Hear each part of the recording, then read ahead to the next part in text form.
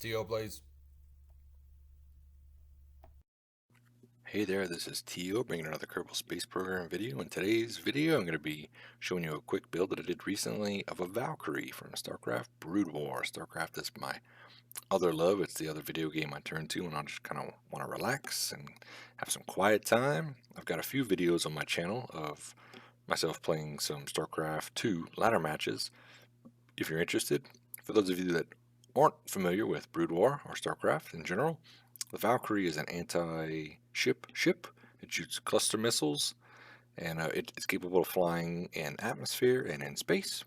So in KSP, that's pretty much going to mean I'm going to use Rapier engines. Those are capable of, obviously, atmospheric and vacuum flight. So the main aesthetics of the Valkyrie are the swept wings. They're always in the retracted position where they're almost not quite vertical, but that's not going to be very useful for taking off in atmosphere. They're not going to generate a whole lot of lift in that position. So I'm taking some creative license and I'm going to extend them with those alligator clips. The pistons and smaller hinges that you see are really just for aesthetics. They don't actually control the wings at all. So sometimes they're not clipping correctly, and I pretty much can't get the timing to work out so that they retract at the same speed as the alligator clips, but they look all right, especially once they're finished moving. So I'm also going to add some key features like the air intakes for the rapiers so they can function in atmosphere, and obviously I'm going to need some wheels,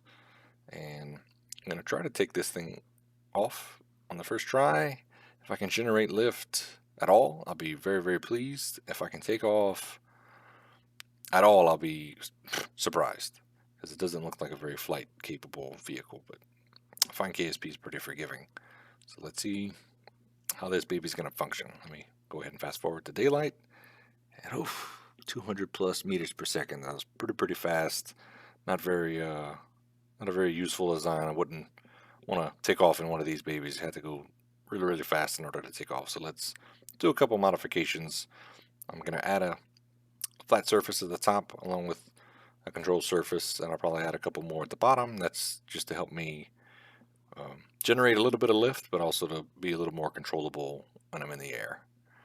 So that's the gist of it for the design of this. I'm not going to add it too much more.